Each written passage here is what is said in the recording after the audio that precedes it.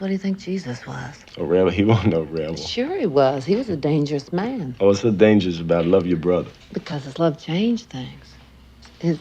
His love changed things. All those people nobody cared about, the prostitutes, the beggars, the poor, they finally had somebody who respected them, loved them, made them realize their own worth. They had dignity, and they were becoming so powerful that the guys on the top got real nervous, and so they had to kill Jesus. Kind of like me, huh? Oh, man, not all like you. Jesus changed the world with his love. You watched while 2 kids were murdered. That's an amazing scene. It's an amazing scene because that's exactly what he would say, kind of like me. That's exactly what these guys say. Like he hears a romantic story about a guy who's put to death for being a rebel, and he thinks he's a rebel and he's being put to death, so he's like Jesus, and that wonderful look on her face when she says, not like you. He was killed for love. You were killed for murdering 2 people.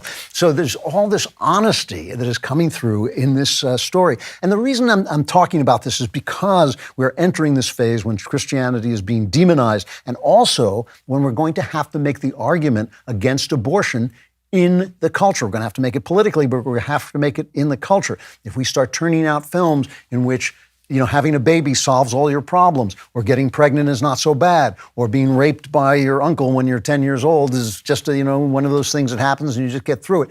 And believe me, we're totally capable of doing that. Some of our Christian filmmakers are totally capable of doing it. We are going to lose the argument as we have lost it every single time. Great movies, great Christian movies, great art, great Christian art, great true art, great American art. It's not made by great Americans. It's not made by great Christians. Both Tim Robbins and Susan Sarandon are lapsed Catholics, I'm pretty sure. It's made by great artists. Great art is made by great artists, and great art is made, and great artists are people who love the arts. The arts are changed by people who love the arts. This has been my argument all along, that conservatives are so bad at the arts because we want the arts to look like conservative life, and they don't. They don't. The stories of Shakespeare are not stories of conservatives. The stories of Homer are not stories of conservatives. The great art is art about life, because life doesn't fit with our theories. Life is messy. Life is full of individuals who do different things, and when you turn that off and you say, that's too sexy, oh, you had a nude scene, oh, you had people cursing, you are turning off life, and you're turning off life, you're turning off art. Here's an example of leftists making one of the great Christian movies, and we should follow that example.